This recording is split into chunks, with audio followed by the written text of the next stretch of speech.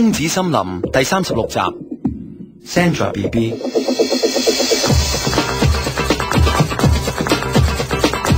上次講到，我終於知道白海娟同佢爸爸之間嘅故事。原來白海娟要等佢爸爸醒，係因為佢要話俾爸爸聽，佢媽媽有幾咁愛佢。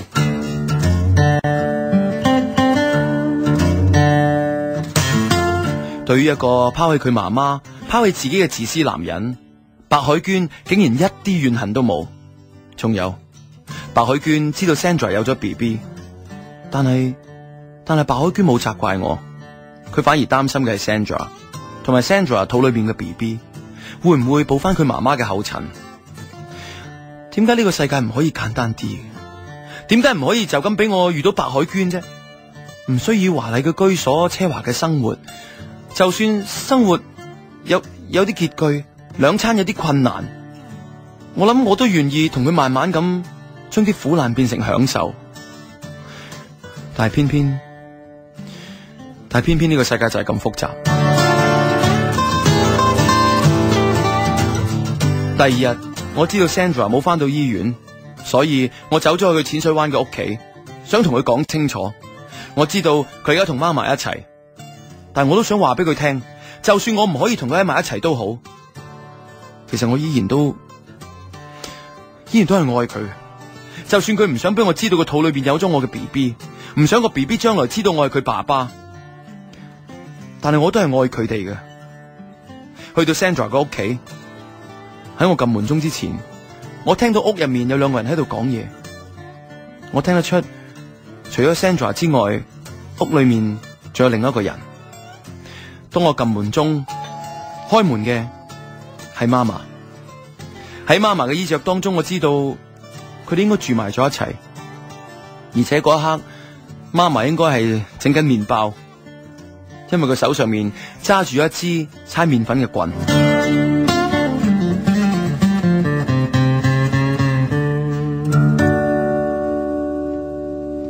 你嚟做乜嘢？我嚟搵 Sandra。走啊！佢唔想再見到你。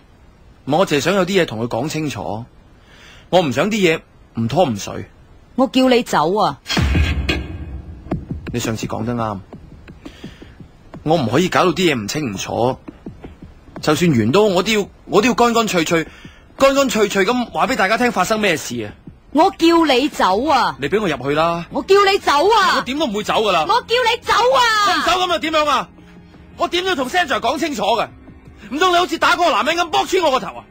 就算你剝穿我個頭，我都要話俾 Sandra 知究竟當中發生咩事。好，我而家就打你。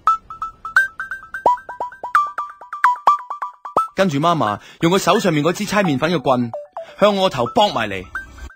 我冇諗住反抗，亦都冇諗住縮，因為可以幻想到，只要佢剝落嚟，我頭只要流血， Sandra 一定會出嚟見我。我眯埋眼，好可惜，我諗錯咗。我估錯嘅地方係唔係 Sandra 冇出嚟，係媽媽冇打落嚟。上次嗰個男人唔係我用煙灰缸剝佢個頭啊，係我未剝到佢之前，佢自己跣腳冚咗落個台角嘅啫。你想同 Sandra 交代嘅嘢，我同 Sandra 講咗一次噶啦。Sandra 唔喺屋企嗰度，屋入邊嗰個係我個 best friend， 即係上次你見到嗰個男人嘅老婆啊。Sandra 出咗去買嘢，但係我知道 Sandra 呢一刻都唔想見到你。不過如果你應承我唔再講啲咩解釋啊，講翻咩以前嘅事啊，我諗我同 Sandra 係唔會介意俾個機會你祝福我哋嘅。不過唔係而家噃，係12月19號，我同 Sandra 會喺酒店嗰度搞個婚禮，到時你嚟啦。世界末日啦，我哋冇咁多時間，31啲已經過咗去，又翻唔到轉頭嘅錯誤嗰度啦。哼！如果真係世界末日嘅話，我同 Sandra 希望喺19號結婚，20號享受1日嘅度蜜月，然之後21號世界末日。用老夫老妻嘅身份嚟做一個最後嘅完結。咁但係 Sandra 肚裏邊嗰個 BB 咧？你唔好再問啊！走啊！你而家即刻走啊！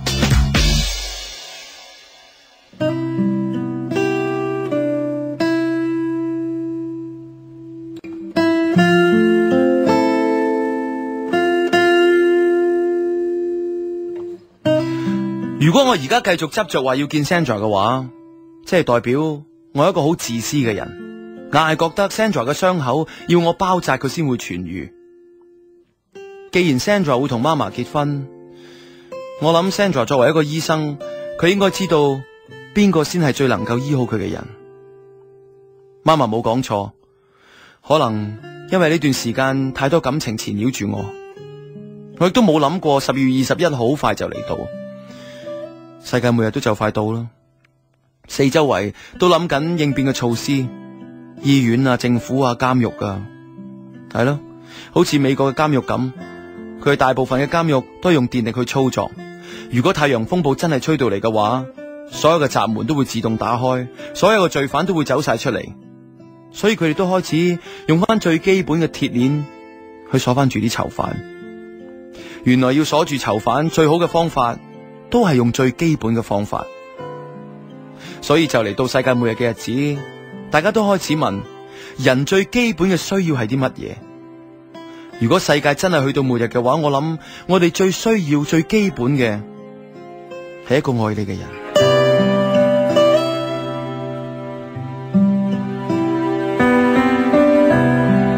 又或者係一個你愛嘅人。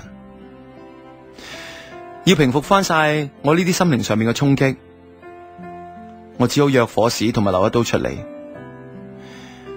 原來當我被自己感情生活折騰嘅時候，我呢兩個朋友已經向前行咗好多，已經為自己未來打算。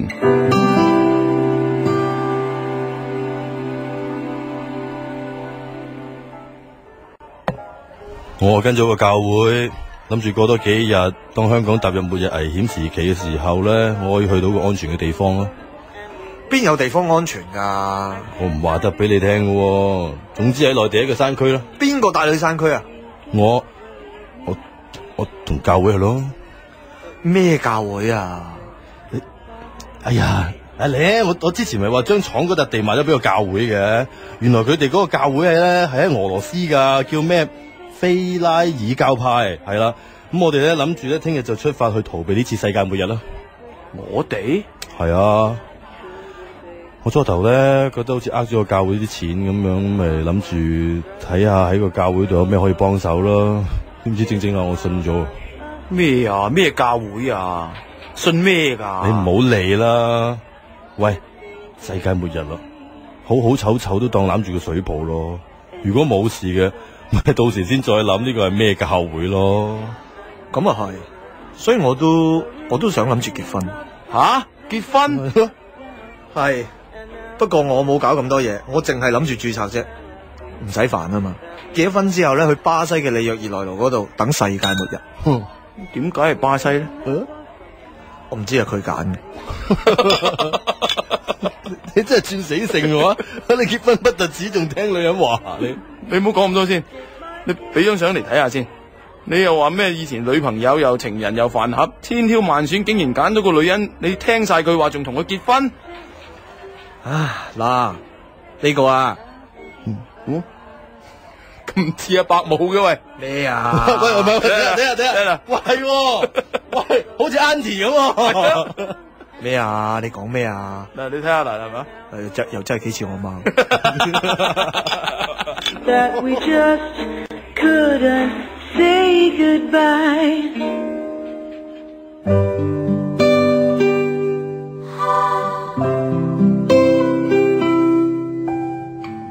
所有男人能夠治得到佢嘅，都係似佢阿媽嘅女人。唔知係咪可以驗證到弗洛伊德講嘅戀母情意結呢？不過佢真係轉咗死性啊！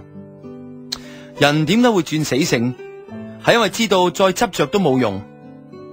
但係有啲人就反而因為覺得生命就嚟完結，於是比以前更加執着。我講緊嗰個當然係白海娟啦，因為過咗幾日之後，醫院話俾佢聽，如果去到12月21號太陽風暴嚟嘅時候，電力真係受到影響，而醫院嘅後備電只能夠提供有限嘅電力。喺嗰個時候，醫院會因應急切性去選擇邊一啲地方可以繼續供電，而佢阿爸嘅維生儀器有可能因為咁而會停電。白海娟接受唔到。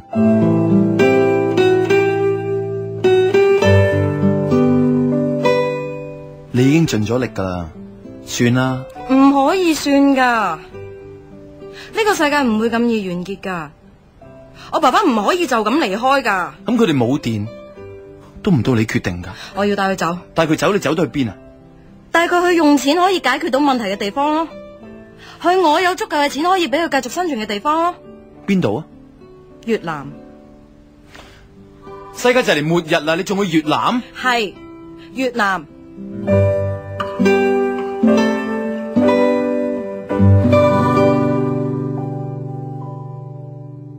一個對愛情一向毫不執着嘅白海娟，竟然因為12月21號係世界末日，因為佢爸爸可能得唔到救治，而變得越嚟越執着。佢竟然要去越南。其實你是個心很有手辣的小偷，我的心，我的呼吸和名字都偷偷。你才是綁架我的兇手，汽車後座的我覺得風逃離了平庸。這星球天天有50億人在做工，多幸運有你一起看星星在疼痛。這一刻不再問為什麼，不再去猜測人和人心和心有什麼不同。1、2、3牽着手，4、5、6抬起頭，7、8叫我們私奔到月球，讓雙腳去騰空，讓我們去感受那無憂的真空，那月色純真的感動。當你說太聰明往往還是會寂寞，我笑着傾聽孤單終結後的寂寞。看月亮像夜空的瞳孔，靜靜凝視你我和我們那樣的心中。靠近你怎麼突然兩個人都自救，讓心跳像是野火燎原般的洶湧。這一刻讓命運也沉默，讓交界劃過天和天，地和地，緣分的宇宙。1、2、3牽着手，4、5、6抬起頭，7、8叫我們私奔到月球，讓雙腳去騰空，讓我們去感受。公子森林第36集 Sandra BB。森美飾演森公子，小儀飾演媽媽，楊琪飾演白海娟，火火飾演火屎，新宇飾演劉一刀，編劇導演森美，製作阿金阿傑，森美作品《公子森林》。公子森林第36集 Sandra BB 完。1、2、3牽着手，4、5、6抬起頭，7、8叫我們